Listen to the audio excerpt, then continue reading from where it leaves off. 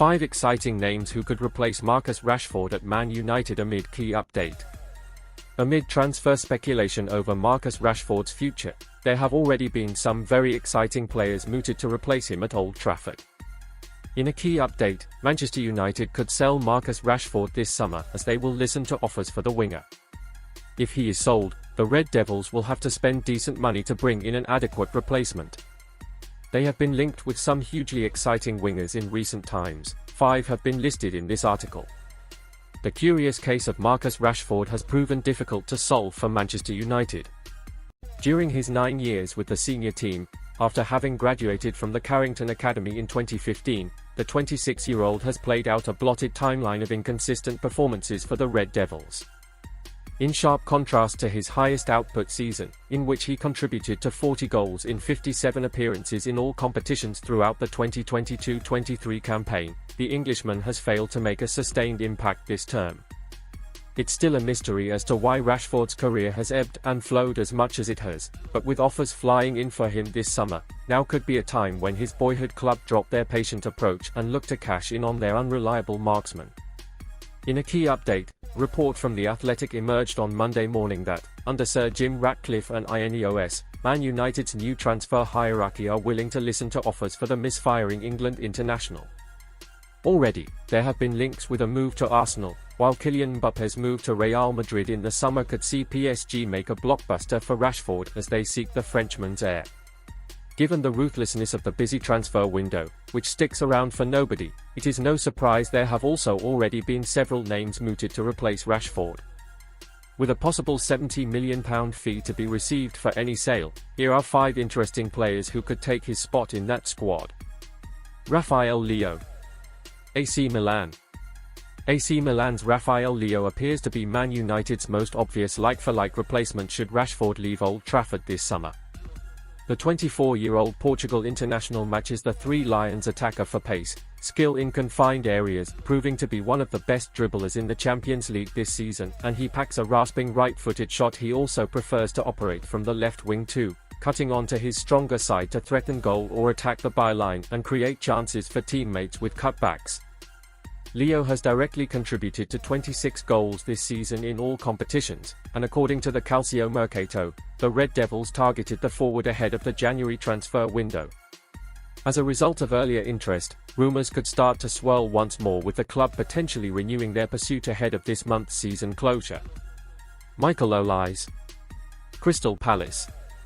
Regardless of whether it is Man United who land the deal or not, Crystal Palace's Michael Olise is set to be the cynosure of a transfer tug-of-war this summer. Injuries have limited the young Frenchman to just 8 Premier League starts so far this term, but his record of 6 goals and 3 assists prove the embryo of Patrick Vieira's youthful revolution in South London 3 years ago is the real deal. The intoxicating demeanour of the 22-year-old has caught the attention of many potential suitors, but it is through Jim Ratcliffe where interest appears most palpable. According to TalkSport's Simon Jordan, via the Mirror, the Eagles have put a £60 million price tag on Olise, with Man United's new Ineos investors spearheading a deal. Kvicha Kvaratskhelia. Napoli. Taking the world by storm in 2022-23, Kvicha Kvaratskhelia came from relative obscurity to propel Napoli to their first Italian Scudetto in 33 years during his debut season after signing from Rubin Kazan for a nominal £10 million. But while Napoli have struggled to replicate last season's apogee, the 23-year-old Georgian forward continues to shine as one of Europe's best polished diamonds. Netting 10 goals and providing 6 assists in 31 Serie A matches this term, Kvaratskelia's market value has surged. But that hasn't deterred the Red Devils, who, according to Fabrizio Romano, have continued to keep an eye on the Georgian, although it looks likely that Napoli will extend his contract and, instead, look to sell Victor Osimhen in the forthcoming transfer window. Pedro Neto. Wolves. To steer clear of Rashford's inconsistencies, most of Man United's replacement wishlist entails copper-bottomed assets likely to make an instant impact and with regularity. But it would be typical if, out of anyone, it was to be the Red Devils who sought to take the precarious route. Since the start of the 2020-21 campaign, Pedro Neto has missed a century of games through injury. But ignoring the warning signs has become the Red Devils' long suit in the post-Ferguson era, and with Gary O'Neill and co recently accepting defeat in their assignment of keeping the assist king in the West Midlands, The Sun have reported Man United are still keen to add the Portuguese winger to their roster. Rafinha. Barcelona. It remains to be seen whether Man United will return to Barcelona in the summer to revive their interest in former Leeds United winger Rafinha. But in January, the club reportedly offered Jadon Sancho in a potential swap deal, according to Daily Mail, via Spanish outlet Mundo Deportivo. Showing excellent tactical acumen and understanding, the Brazilian delivers an insight into how the traditional winger used to play. His tendency to stay wide, alongside using tantalizing crosses as his most lethal weapon, could suit Man United, who have struggled to carve opportunities for their new striker Rasmus Højlund. While Alejandro Garnacho blossoms as a more direct attacker, Rafinha's qualities could offer balance to Erik ten Hag's forward line. Gareth Southgate to Man United links make me want to vomit. There are better managers in the Championship. If Manchester United appoint Gareth Southgate, I'll be saddened. That's not me mocking him, I would genuinely feel really sad inside. Almost vomit-inducing. Because I do a lot of banter, I think a lot of people think I'm joking, but I've said consistently for years that Southgate is somebody I can't stand as England manager, and as a coach in general. I find him boring and pragmatic. England boss Southgate is reportedly at the top of United list of potential replacement for Erik ten Hag. We saw it in the international break. England played 2 games and we were rubbish, and he's got some of the best players in the world.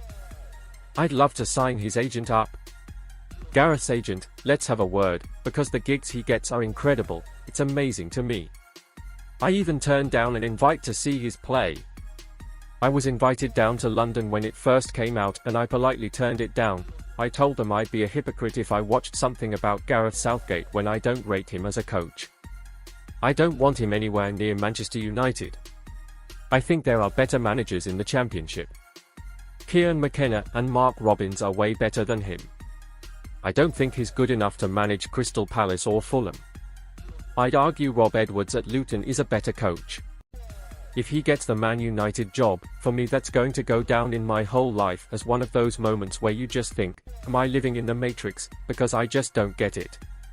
I really don't get it. He's managed some of the best players England have ever produced and taken us to tournaments, but then just blew it.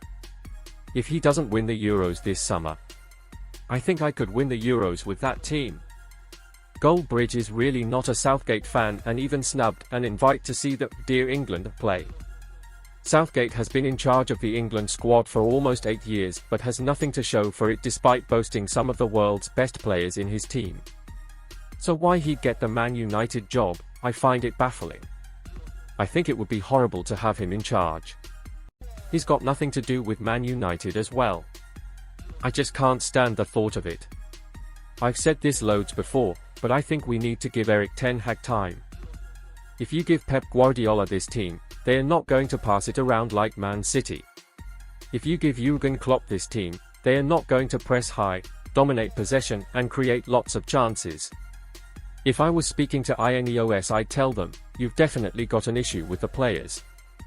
We've seen it with Spurs, they've just fallen off a cliff and Ange Postecoglou just can't get them to do what they could do at the start of the season. I think players revert to type and that's what's happened at United. The players mentally and physically, footballing IQ, they just don't have the skills to do it. These Man United players are more suited to Thomas Frank at Brentford with a counter-attacking style than they are to Man City's style of play. The player profiles are not right. If you sack ten Hag and bring in Tuchel or De Zerbi,